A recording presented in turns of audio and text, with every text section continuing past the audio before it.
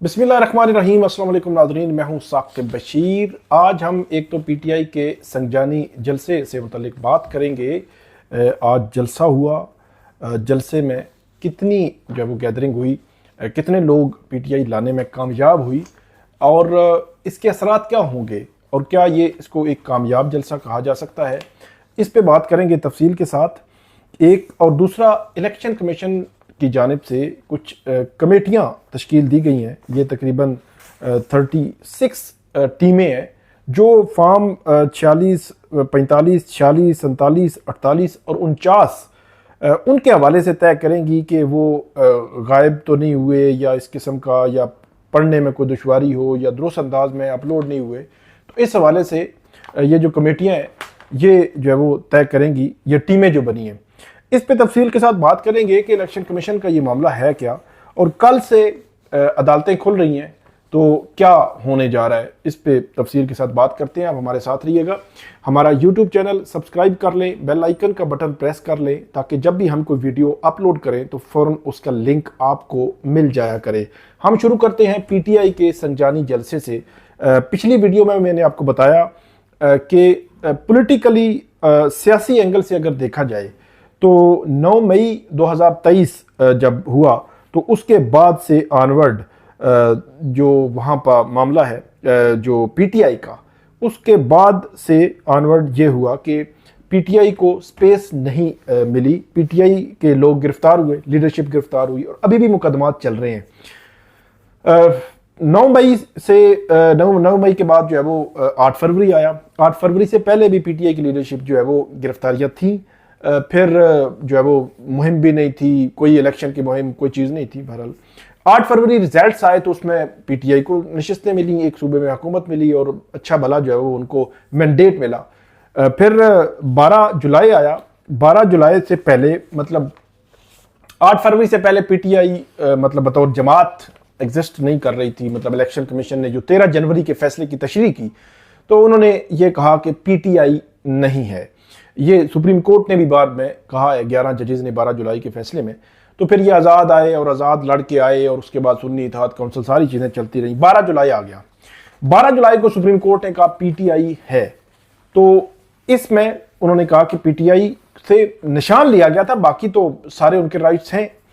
फिर 12 जुलाई को पीटीआई बतौर जमात जो है वो इलेक्शन कमीशन में, या बतौर पीटीआई को पीटीआई ही कहने कहा जाने लगा, क्योंकि इससे पहले सुन्नी इत्तेहाद काउंसिल में जब वो शामिल हुए तो सुन्नी इत्तेहाद काउंसिल कहते थे, तो पीटीआई ही कहा जाने लगा। तो मतलब 9 मई से 12 जुलाई तक जो है वो पीटीआई एग्जिस्टेंस जो है उसका स्पेस जो है वो ख़त्म थी।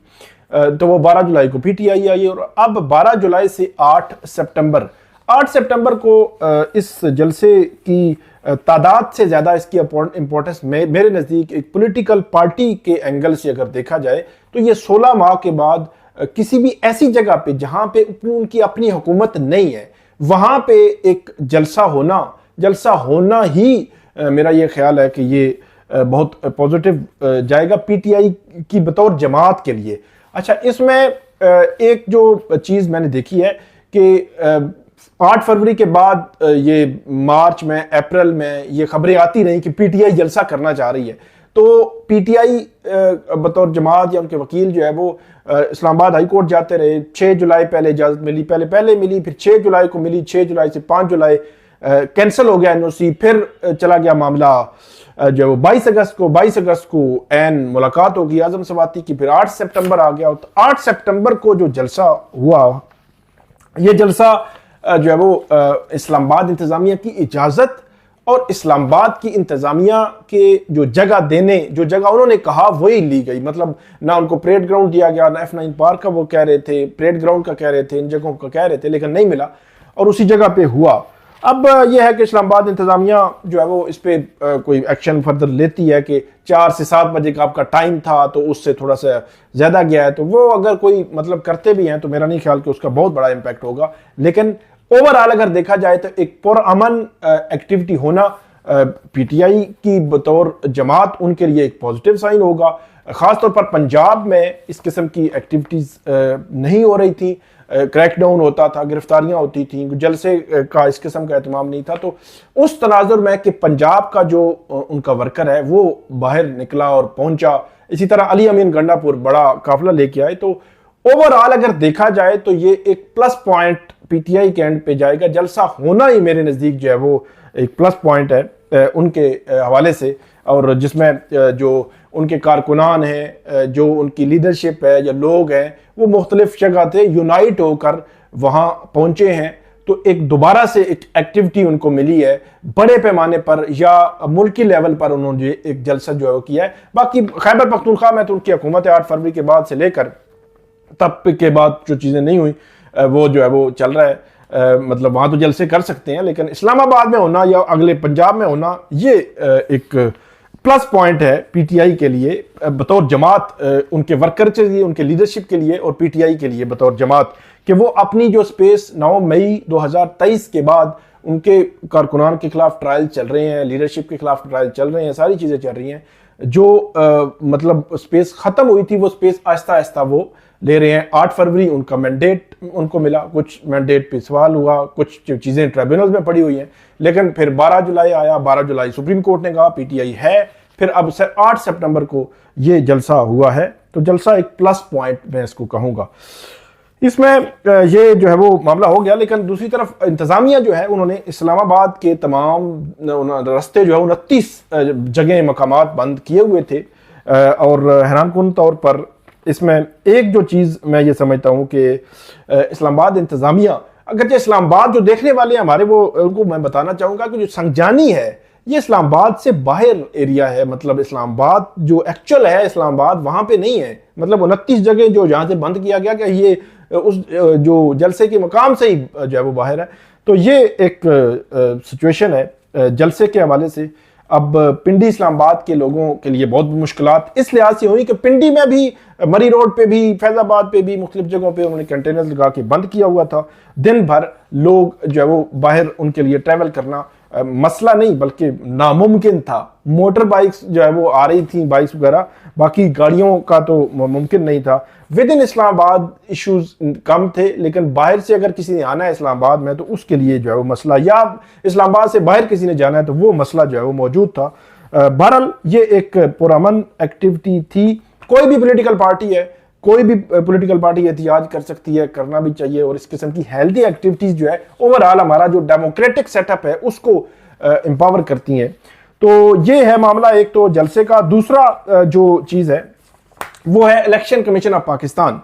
इलेक्शन कमीशन ऑफ पाकिस्तान ने कुछ कमेटियां बनाई हैं, 36 टीमें उनके हवाले से ये खबर है कि वो बनाई गई हैं, और ये टीमें फॉर्म 45, 40, 47, 48 और 49 उनके हवाले से देखेगी कि कहीं वो फॉर्म को गायब होने वाले को फॉर्म तो नहीं है, कितनी तादाद क्या है, या कोई फॉर्म अगर उन सही पढ़ा नहीं जा रहा उनसे तो वो क्या सिचुएशन है, या जो दुरुस्त अंदाज में उनको अपलोड नहीं किया गया, इनका जो है वो जायजा लेंगी ये कमेटियां। और 7 दिन इनको दिए गए, 7 दिन में ये सारा कुछ करें। अच्छा, अब सिचुएशन ये है कि इलेक्शन कमीशन ऑफ पाकिस्तान जो है वो 8 फरवरी को इलेक्शंस होते हैं। 8 फरवरी इलेक्शंस के बाद लेकर तो सितंबर आ जाता है। तो सितंबर का मतलब ये है कि तकरीबन 7-8 माह हो गए हैं। और इलेक्शन कमीशन ने क्या किया है, इलेक्शन एक्ट में जो था, जहां जहां खिलाफ वर्जी हुई, फॉर एग्जाम्पल प्रिजाइडिंग अफसरान ने बर वक्त जो है वो जो रिजल्ट्स देने थे उनकी तरफ से क्या रिजल्ट्स आए, रिटर्निंग अफसरान ने जिस टाइम पे रिजल्ट्स देने थे क्या वो रिजल्ट्स आए, जो गलतियां उन प्रिजाइडिंग रिटर्निंग अफसरान पे हुई, फिर फॉर्म 45 जो अपलोडिंग का लिखा हुआ है कितने टाइम में होने हैं, क्या हुई, इलेक्शन ट्रिब्यूनल ने कितने टाइम में ये करना है, इलेक्शन कमीशन ने करवाना है, क्या वो हुआ। तो ये ऐसी, और फिर जो ईएमएस सिस्टम है वो ईएमएस सिस्टम क्यों नाकाम हुआ, ये वो सवालात हैं, 5-7 मेजर सवालात हैं। इलेक्शन जो जनरल इलेक्शन हुए हैं 2024 के 8 फरवरी को, उनके जवाबात इलेक्शन कमीशन ने देना है। ये तो फॉर्म 45, ये तो पता नहीं, अब पतन की रिपोर्ट आई है वो और कहानी बताती है। तो इन सवालात के जवाबात इलेक्शन कमीशन ने देने हैं। लेकिन 8 फरवरी 2024 से लेकर आज अगर हम जब बात कर रहे हैं 8 सितंबर 2024 को, तकरीबन 8 माह हो चुके हैं।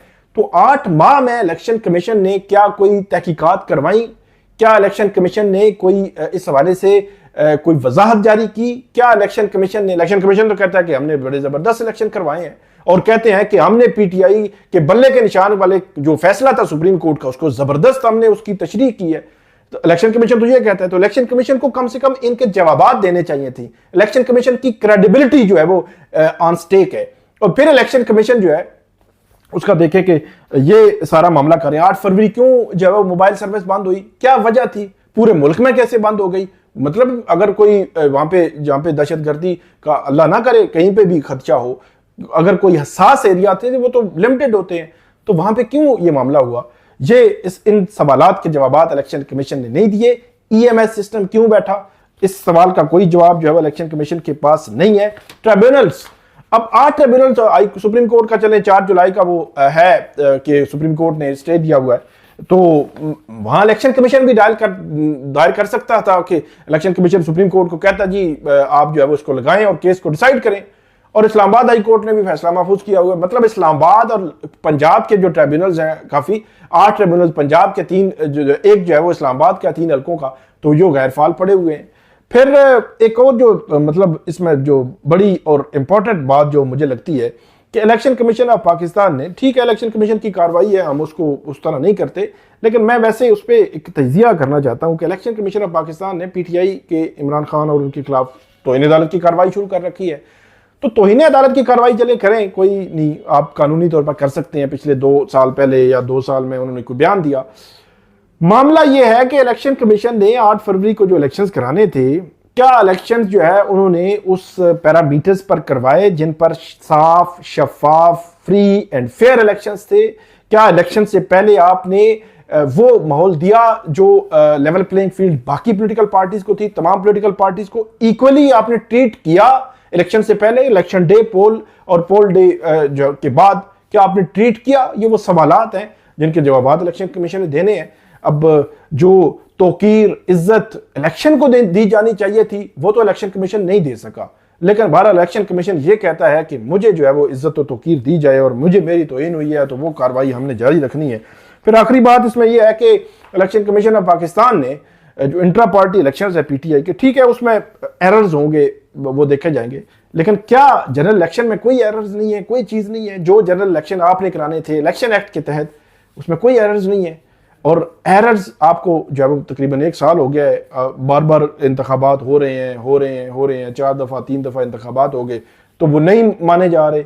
तो ये एक अजीब सी सिचुएशन है कि इंट्रा पार्टी इलेक्शंस, तो इलेक्शन कमीशन कहता है कि आपका जो आइन है उस आइन की फलां शिक को आपने वायलेट किया, हम नहीं मानते।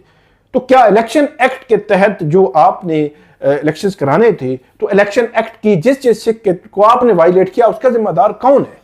तो ये वो सवाल है जो चुपता हुआ सवाल है। इलेक्शन कमीशन को इसको जरूर देखना चाहिए। कल से अदालती साल शुरू हो रहा है, जो जुडिशल ईयर होता है उसका आगाज हो रहा है। सुप्रीम कोर्ट ऑफ पाकिस्तान में रेफरेंस वहां पे जो है वो वहां पे बैठेंगे जजेस, बात करेंगे, चीफ जस्टिस भी और अटॉर्नी जनरल भी और जो बार के नुमाइंदे हैं वो भी, और बड़ा दिलचस्प होगा कि क्या बात की जाती है, क्या सिचुएशन जो है वो वहां पे डेवलप होती है, क्या सूरत हाल जो है वो बनती है।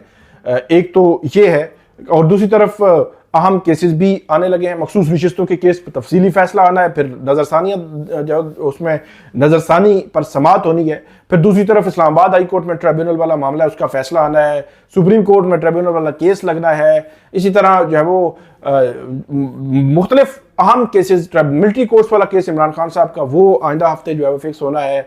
इसके अलावा जस्टिस बाबर सत्तार के खत पर जो तौहीन अदालत का केस था वो 11 को होना था, वो जस्टिस मोहसिन अख्तर कियानी की अदम मौजूदगी की वजह से नहीं हो सकेगा, लेकिन जस्टिस मोहसिन अख्तर कियानी जो खत लिखा था उस पर 26 सितंबर को समाअत होनी है। लार्जर बेंच है मिसिंग पर्संस की केसेस में, वो जो है वो समाअत होनी है। तो अहम केसेस की समाअत आइंदा हफ्ते जो है वो होने जा रही है। अदालती साल शुरू हो रहा है, छुट्टियां आज खत्म हो गई हैं अदालतों में। तो ये थी नाज़रीन आज की हमारी वीडियो, उम्मीद है आपको पसंद आएगी। इस पर फीडबैक दीजिएगा, कमेंट कीजिएगा। बहुत शुक्रिया।